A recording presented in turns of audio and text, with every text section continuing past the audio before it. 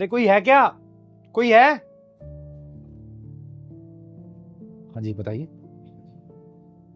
Uncle, बाहर ना बहुत गर्मी हो रखी है और धूप की वजह से मेरे पैर भी जल रहे हैं। तो आपके पास अगर कोई चप्पल है तो मुझे दे दीजिए। चप्पलें देखता हूँ, कोई पड़ी है तो देखो भी देता हूँ।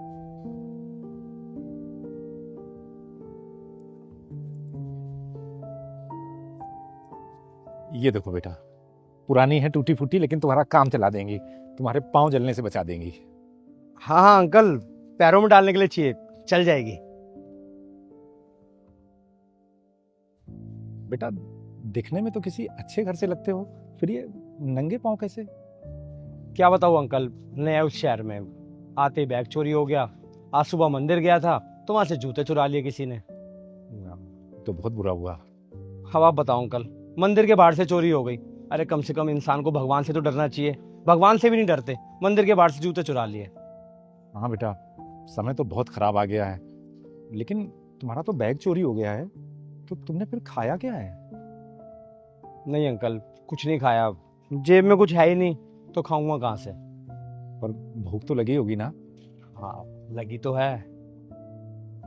एक मिनट रुको, मैं भी आता हूँ।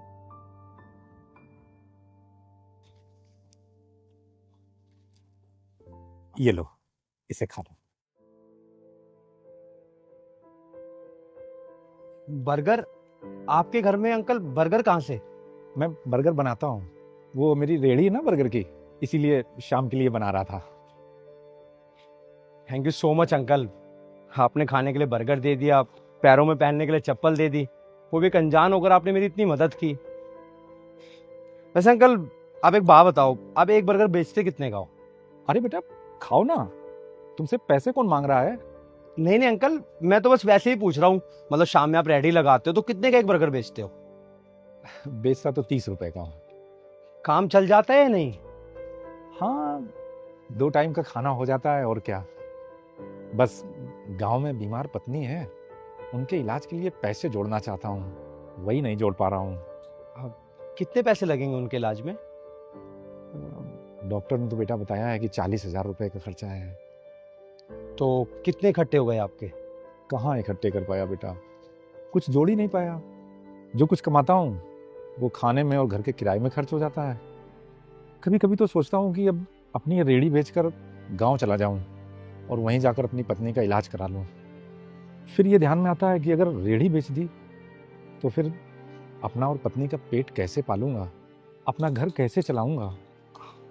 अच्छा अंकल, वैसे अंकल एक बात बताओ, आज तक आपको सबसे ज्यादा महंगी टिप कितने की मिली है? टिप? हाँ हाँ, जैसे कि आपका किसी ने बर्गर खाया, फिर खुश होकर सबसे ज्यादा पैसे तो दिए होंगे किसी ने।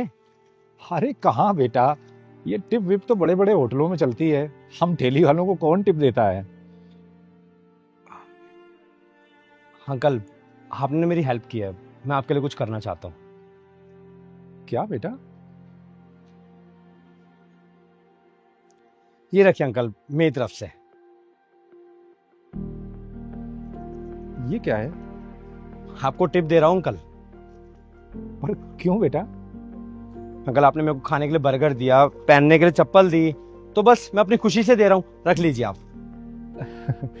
अरे बेटा, तुम भूखे थे तो मैंने तुम्हें बर्गर दे दिया, और तुम्हारे पाँव धूप में जल रहे थे तो अपने घर से एक पुरानी टूटी फूटी चप्पलें तुम्हें दे दी। अरे मतलब अंकल, मैं मुसीबत में था तो आपने मेरी प्रॉब्लम दूर कर दी। हाँ बेटा। हाँ तो बस अंकल, मैं भी वही कर रहा हूँ। अब आप प्रॉब्लम में हो तो मैं आपकी प्रॉब्लम दूर कर रहा हूँ, जैसे आपने मेरी प्रॉब्लम दूर कर दी। ये आपकी वाइफ के लिए रख लीजिए। नहीं बेटा, मैंने जो कुछ किया वो केवल इंसानियत के चलते कर दिया था। अरे अंकल जी, मैं भी तो इंसानियत के नाते ही कर रहा हूँ ना। और आजकल ना आप जैसे लोग बहुत कम बचे हैं जिनके अंदर आज भी इंसानियत जिंदा है। लेकिन मैं ये पैसे नहीं लूंगा बेटा।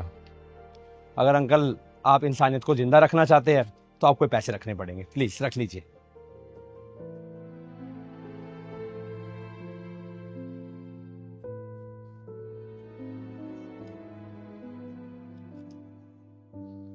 बेटे, मैं 1 साल से परेशान था अपनी पत्नी के इलाज के लिए पैसे जोड़ने में।